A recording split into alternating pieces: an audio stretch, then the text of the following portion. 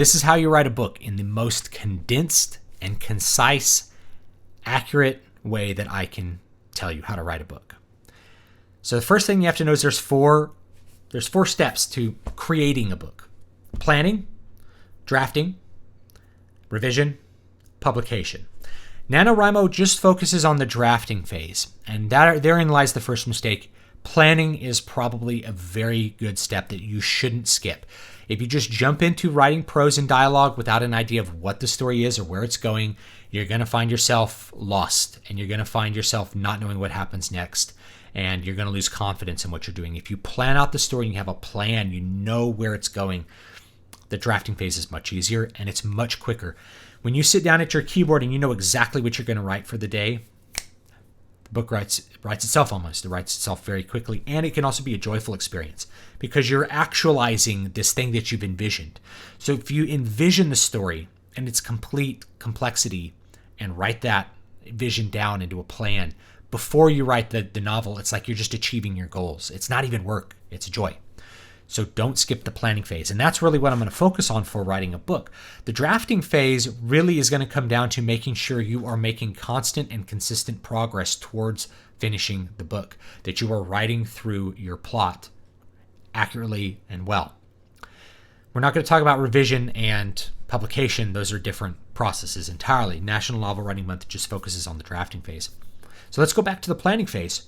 Here's what you need to do to plan a novel. First thing you're going to decide is the setting. Next thing, characters. Last thing, plot. And I'm going to give you some really easy paint by numbers things to do for those. First of all, for setting, you're going to make a choice of 3 different categories. You're going to set it in the past, you're going to set it in the present, or you are going to set it in the future. Each of those is going to correspond to different parts of genres. If you already know what genre you want to write in, it's going to fit into one of these, right? Past is going to be historical fiction or most fantasy. Lord of the Rings is set in the past. I know you're like, but it's a fantasy world. It's not our world. Of course not. But it's technologically in the past. It's societally in the past. It is medieval fantasy, in essence. So if you're writing medieval fantasy, you're writing medieval plus something. And the second thing you have to decide is the plus something. So past, present. If you're writing a detective novel, is it in the present or is it in the past? Is it like a noir novel or is it today novel? Future is going to be sci-fi. And the reality is if you look at something like Star Wars, you could write a Star Wars fan fiction novel as long as you remove all of the proper nouns from Star Wars and don't talk about the Force as the Force. It's pretty much a generic science fantasy space opera setting, right? You can have a magic that's like the Force. You can have magic users. Mass Effect has magic, right? You can have all of those elements as long as you remove the proper nouns. You're in a more or less a generic space opera setting. So past, present, future. Next thing you're going to decide is magic or no magic. This sounds weird because some genres, of course, no magic. But for fantasy, probably going to have magic. For historical fiction, no magic. But maybe you are going to have magic.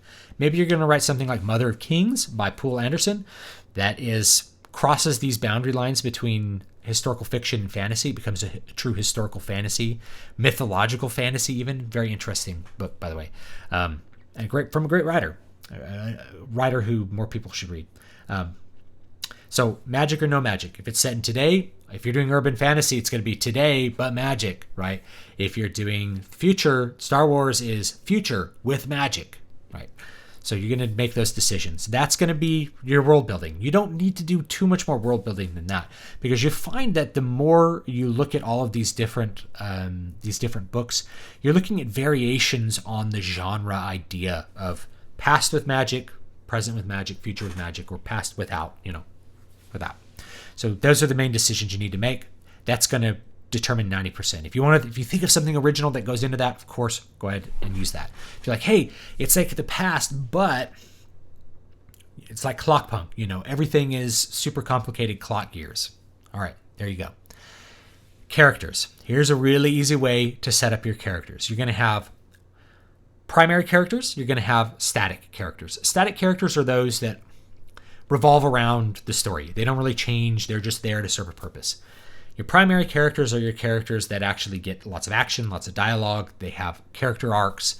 They are acting out the plot in a significant way. here's your characters that you're going to have. You're going to have a main character that's your protagonist. Your protagonist can be any archetype that you want. He could be an everyman. Everyman is probably what I recommend for most people because that's just a really relatable character type. He could be a bad boy. He could be anything. You're going to have a main character. You're going to have a best friend. You're going to have a love interest. And you're going to have an antagonist. You're going to have a villain. So you're going to have main character. You're going to have best friend, love interest, and antagonist. And I should actually order this different. Main character, love interest, best friend, antagonist. And those three protagonist characters, the three good guys, each of them corresponds to a different plot. The A plot is the goals of the main character. The B plot is the romance between the main character and the love interest. The C plot is the best friend helping the main character towards the end of the book. And so ABC plot, 3 main plot points as well as we move into plot. And then the antagonist is just the one trying to stop them. Really easy way to think of how this fits in almost any movie you could watch or book. You could watch Conan the Barbarian. You have Conan as the main character, his love interest Valeria. You have the best friend Subutai, and you have the antagonist Thulsa Doom. Go to Harry Potter. You have Harry Potter, main character, love interest. This is why so many people you think it's Hermione initially. But because they're kids, it doesn't really pan out that way as the thing goes on. She's the girl character. And then best friend, Ron, and then antagonist would be actually Malfoy for most of the characters. Not actually Voldemort. Voldemort comes later, but it's really Malfoy's the antagonist, when you think about it. So very simple. Star Wars, it's Luke Skywalker, main character. Leia, love interest. Even though they don't get together, it becomes Han and Leia. In the first movie, that's how it definitely is.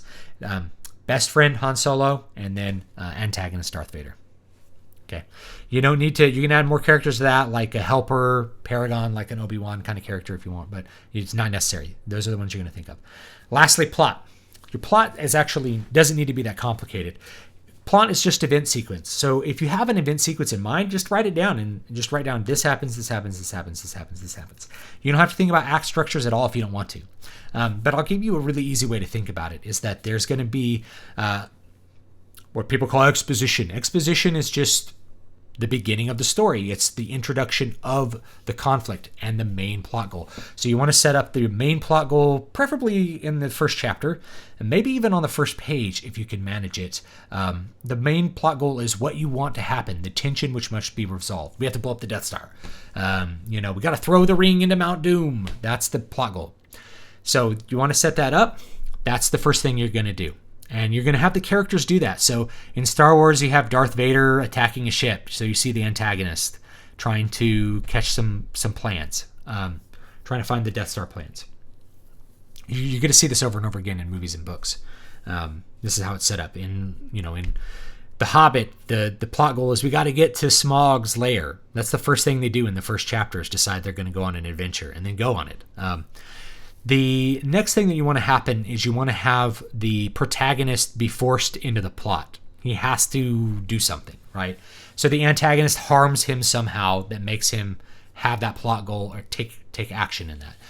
If you were looking at like a hero adventure or a hero with 1,000 faces kind of story, it'd be the call to adventure. But it doesn't have to be that. It could be something like really, really simple, like the antagonist kidnaps the girlfriend or something, Double Dragon, doesn't matter.